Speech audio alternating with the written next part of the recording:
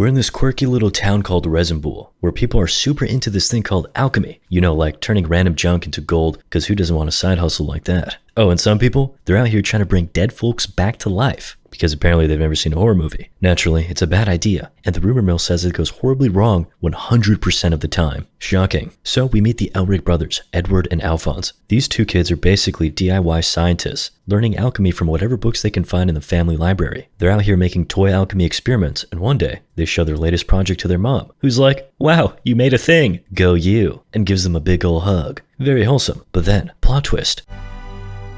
Mom? Mom! And their mom dies. Out of nowhere. Great timing. Now the kids are left completely on their own, and things go from wholesome family time to orphaned and desperate real fast. And not the cool kind of orphan like Batman, it's more like the sad kind. Edward, being the I've got a plan type, decides that since alchemy can do anything, they should just, I don't know, bring their dead mom back to life. Alphonse is like, Ed, I've heard some stuff about this and it's all bad. But Edward's like, nah, it'll be fine. Trust me. Spoiler, don't trust him. Next thing you know, they're in full mad scientist mode, gathering ingredients, drawing creepy circles on the floor. You know, normal kid stuff. They start the ritual and immediately everything goes straight to hell. Something is wrong!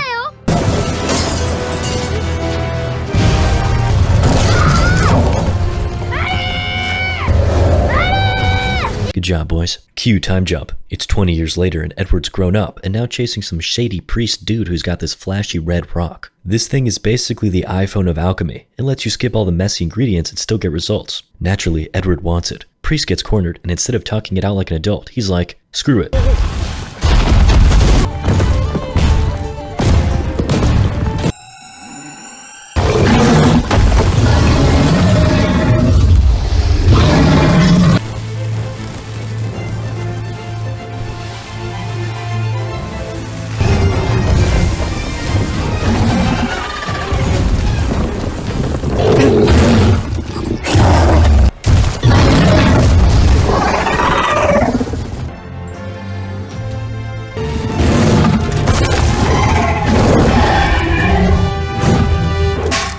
Meanwhile, Edward's like, hold my beer, and takes out the rest of the monsters. That's when he dramatically reveals he's got prosthetic limbs and this snazzy nickname, the Full Metal Alchemist. Is it just me or is that nickname more fitting of the guy who's fully metal? Anybody? Anyway, cool guy moment achieved. The priest tries to make a run for it, but Ed catches him and punches the redstone right out of his hand. Nice. Just when you think Edward's won, the military crashes the party. Colonel Mustang and his crew arrest everybody, and Mustang's all like, oh, by the way, that red rock? Totally fake. Edward's devastated. Like, I've been chasing this thing for years and it's a piece of junk? Perhaps this philosopher's stone really is just a myth. Oh, and that big suit of armor? Turns out it's Edward's little bro, Alphonse, who somehow managed to lose his entire body and is now living his best life as a hollow suit. They have a quick bro moment, but in the chaos, the priest manages to slip away. Classic. Later, everyone heads back to base where Colonel Mustang's just casually like, philosopher's stones? Not real. Just amplifiers. Don't get your hopes up. But Edward, nah, he's not giving up. He's convinced the real stone's out there somewhere, and he needs it to fix Al's body and his own limbs. It's kind of his whole thing. As Edward's getting ready to leave, his childhood friend Winry shows up, having seen his antics on the news. She's like, so you're out here being a famous alchemist now? Cool. I want to help you find that stone. And Ed's like, well, this is definitely going to be disaster, but okay, let's go. Back to the priest. Yeah, he's not having a great day. He finally stumbles into this super dark, shady room, and guess who's waiting for him? A trio of magical mafia members. Leading the squad is Lust, who, let's be real, is way too into stabbing people. Then there's Envy, who's basically the shape-shifting cousin that's always causing trouble. And Gluttony, who's just constantly hungry. Relatable. I'm 300 pounds, by the way. Turns out the priest was supposed to do a job for them, but since he completely dropped the ball, Lust is absolutely livid. And how does she express her anger?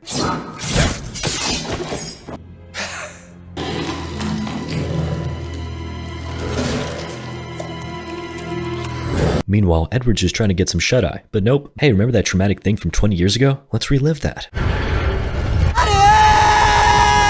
Right after the disaster, Edward's dragged to the Gate of Truth, where apparently all the secrets of the universe are just hanging out. Suddenly, the gate flies open and Edward's getting pulled in by these freaky tentacles. Japanese style. No biggie, just your average cosmic horror. He's zooming through the universe like some kind of alchemic space tourist, and then bam, there's his mom. He reaches out like, Mom, is that you? But then nope, sucked right back to reality. When he finally comes to, Edward's brain is now like the ChatGPT of alchemy knowledge. No need for books anymore. He's got the universe's cheat codes, but it gets weirder. A transparent deity shows up and introduces himself as, wait for it, God. This guy's like, hey, you want to bring someone back to life? Cool. but you gotta pay up. And then, as casually as you'd steal a cookie, God takes one of Edward's limbs as payment for trying to resurrect his mom. Not quite the deal Ed was hoping for. So Edward wakes up in his now ruined house, missing a limb, and surprise, his brother Alphonse is missing too. Turns out, Al sacrificed himself during the whole alchemy mess. Edward goes to check the spot where the experiment happened and finds this horrifying, definitely not his mom creature.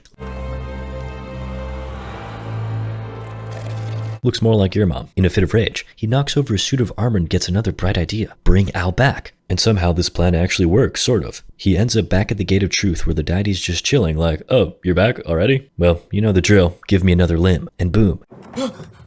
Edward wakes up with both limbs missing. But hey, at least Al's back. Only now he's living life as a giant suit of armor. To think all that cost an arm and a leg. Flash forward to the present. Colonel Mustang's like, hey, I know a guy who might have some info on the Philosopher's Stone. So off they go to meet this alchemist named Tucker, who's been coming up with some weird animal hybrids like it's just another Tuesday. Tucker's all, yeah, I used to be a big deal in the alchemy world, but the government canned me. Now he's trying to get his job back by creating new, weird creatures. No red flags there, right? Edward and Tucker have a little heart-to-heart, where Ed spills the beans about his quest for the stone. Tucker doesn't know exactly where it is, but he's like, I can help. Sort of. After that, Ed and Winry hop on a train to meet this guy, Dr. Marco, who apparently has some top-secret info on the stone. But when they finally meet him... What do you want? Why do you know that name? I'm never going back.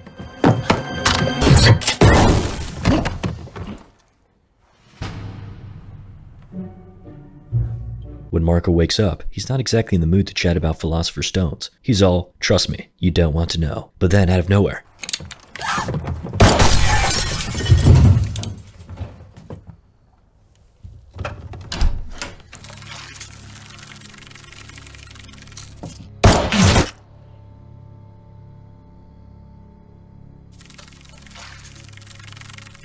It's been a long time, Marco. I won't go back. You won't have to.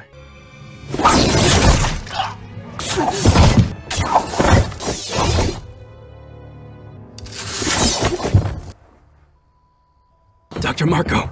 As he's dying, Marco manages to whisper that the truth about the stone is in Laboratory 5, some creepy secret military building. Edward tries to get more info, but nope. Marco dies due to death. Edward races back to Tucker's place, probably hoping for some help. But what does he find? Tucker's latest experiment. A chimera that communicates. Edward. Incredible. It really speaks. Ed, come and play with me.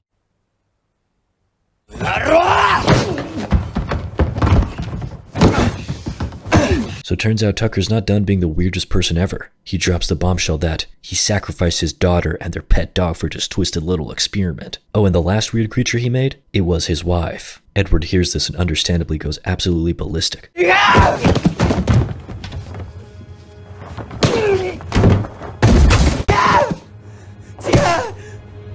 Finally, some justice, but Alphonse swoops in just in time to stop Ed from turning Tucker into dog meat. Too soon? Tucker gets locked up, but Edward's still fuming. He dives into the nearest stack of books, hoping to find something about this mysterious Laboratory 5. But after weeks of research later, still nothing. Then out of nowhere, the military general shows up at the library like, oh, by the way, Laboratory 5? It's just the nickname for an old military canary. No big deal. Edward's like, excuse me, what? And immediately calls his team to check it out. Meanwhile, one of the military captains does some digging of his own and finds out the Laboratory 5 isn't just any old factory. It's actually a giant transmutation circle. Something sketchy is being cooked up there. The captain tries to warn the higher-ups, but of course, Lush shows up to ruin the day.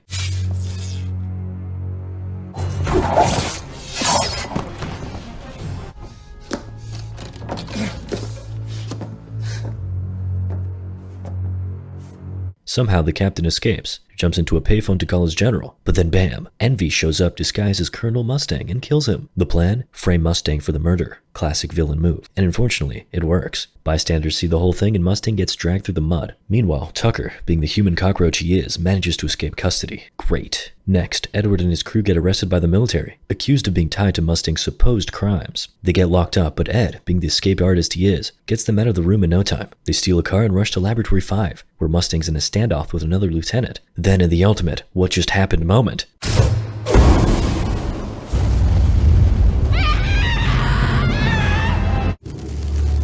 This is damn hot.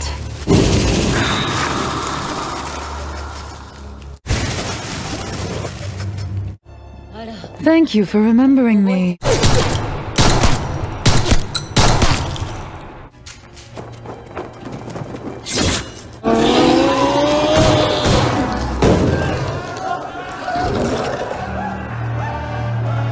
Edward chases Lust down to some creepy abandoned room, where of course, there's a massive transmutation circle on the floor. But before he can process any of this, guess who pops up? Tucker. He pulls out a philosopher's stone like it's no big deal and drops the bombshell that these stones are mass-produced here. And surprise, surprise, the military is running the whole operation. I knew conspiracy theories were true. Turns out to revive someone, you must make a sacrifice. And that's exactly what the military has been doing by sacrificing prisoners. Edward's horrified, disgusted, and probably just 2 seconds away from throwing up. But before he can ask more questions... I hate mouthy guys. Oh, and by the way, Lust, she's a homunculus, a super powerful being created by alchemy. No biggie, just casually taking out people's left and right. Then things get even worse. The general behind this whole nightmare shows up, twirling his metaphorical villain mustache, and explains that his grand plan was to build an army of supernatural creatures with Lust as his prize soldier. He powers up the room and suddenly...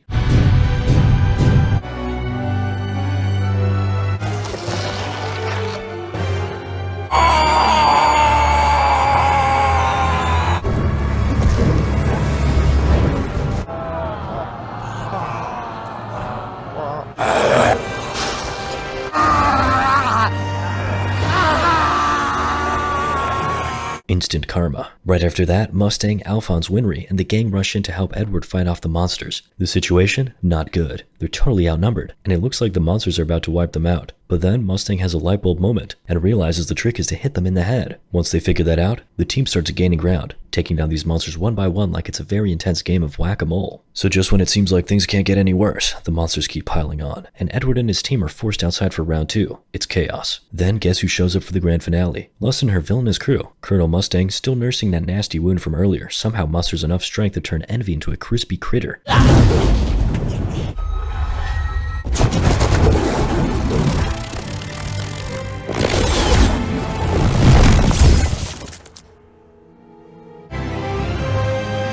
She casually drops the bombshell that she's got a philosopher's stone stuck in her chest, which is why she's basically invincible. Edward and Mustang are staring at her like, "Are you serious right now?" But Lust messed up. She told them exactly what they needed to hear. With a quick team up, Edward, Alphonse, and Mustang launch a series of attacks.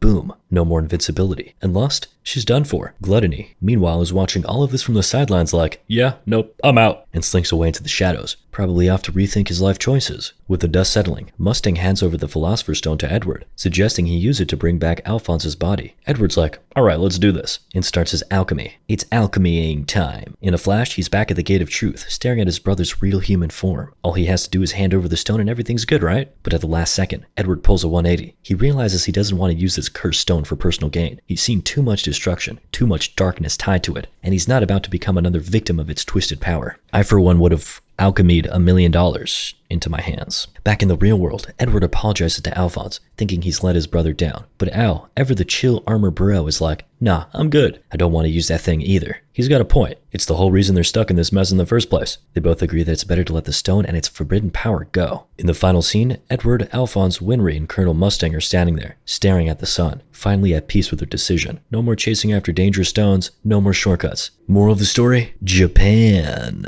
Just kidding, go watch the anime, guys.